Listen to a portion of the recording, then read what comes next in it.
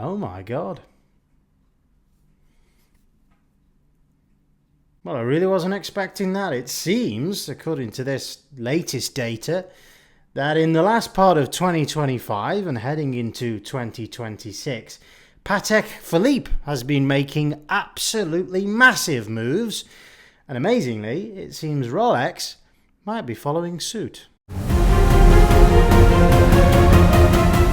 Welcome back, I'm Vinny, a qualified accountant turned watch dealer. So let's get straight into this data then. We can see here that Watch Charts, a analytics luxury watch website which brings together all of the data of secondary market sales in the luxury watch business and compares movements in prices on a monthly basis. And we know what the picture's been for Rolex, Audemars Piguet and Patek Philippe over the last 3 years now. Nothing but decline, perhaps some would say a correction back to where things were before all of the hype and that hype bubble explosion we saw in 2021 where prices went through the roof. But the latest graph that I saw produced by these guys painted a very different picture indeed, and certainly a picture which is in stark contrast to all of the scaremongery and sensationalism that you'll see on YouTube, that the watch market is crashing again and it's all over for brands like Rolex, Patek and Audemars Piguet. You can see that over the last 2 years, Patek Philippe secondary market retail prices are actually up by 4.4%. Rolex seem to be not that far behind and in a recovery in 2025 and going into 2026. But Audemars Piguet still seem to be lagging quite far behind and on the decline. This is fascinating because, as I've said, it's in stark contrast to everything that we are hearing at the moment. But this is real data, guys. This is based on an index of the top 30 models for each of these brands and prices that they are selling at on the open secondary market. It appears that Patek is the only one of these big three that's actually net positive over a 2-year window. If we compare these particular 3 brands with the overall market index, you can see that actually the overall market is up by around 5% in 2025. Now, we've got to really take that as well with a pinch of salt because the general picture amongst most brands is stagnation or decline. This overall market index rise of 5% is mainly driven by Patek Philippe, Rolex, Cartier and Omega. So it appears then that this isn't a broad-based recovery. You couldn't write headlines that says the entire luxury watch market is getting better and things are on the up again. This is rather a drive towards perceived quality. Patek Philippe, we know, has ultra strong brand equity. The brand is very wide known, but it's also still a collection of watches that are very difficult to get hold of at the authorized dealer. There is a thin supply of these available across the globe. That's not changed since the peak of the market and some of the downturn that we've seen since. I think the perspective of exclusivity over the last couple of years has certainly changed, and perhaps we can look at the growth of Patek and say maybe it's down to them understanding that exclusivity and what luxury means has evolved. Case in point, let's take a look at the biggest thing that Patek Philippe have done this last year, and that is the release of the Cubitus. Now, this first landed to a lot of criticism the luxury watch world. Not many people really understood it. The case shape was too large, too cumbersome. It seemed almost a brutalization of the much loved and more curvaceous Patek Philippe Nautilus. At the time, Mr. Stern, the boss and owner of Patek Philippe, turned around to the media and said, well, I don't care, frankly, what you guys think. If you don't like it, it's probably because you're likely not to be somebody who can afford these watches. And that brazen repudiation from Patek Philippe to the media landscape in the luxury watch world and commentators like myself was basically a 2 fingers up at the the industry. Anyone who doesn't like what we're doing, well, tough, because we are going to decide what is the next big thing. We are driving the trends forwards, and it's for the consumer really to follow that. And certainly, if you look at the markets, you look at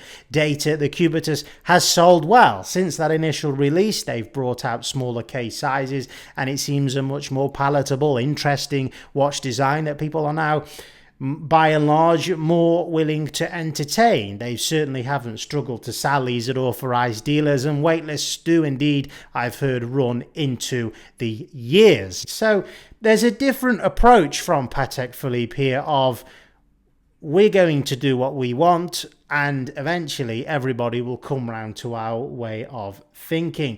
Whereas if we look at Rolex, who, yes, according to this data, have grown slightly and might be following suit over the coming years with Patek Philippe's rise, but, Rolex releasing the Oyster Quartz new edition, which of course has a new name, the Land Dweller, the integrated bracelet aesthetic. It's been something which is long in the tooth now, that design trend in the luxury watch world, and didn't really surprise many of us. It was predictable. It was what people perhaps were asking for. And then you take a look at Audemars Piguet, which in my opinion have absolutely fell off a cliff, bringing out watches that are collaborations with Marvel characters and all sorts of god-awful monstrosities that I think have devalued that luxury aspect and premium feel of the brand. They've gone down a very much populist route with popular culture, and all of that perhaps has watered down that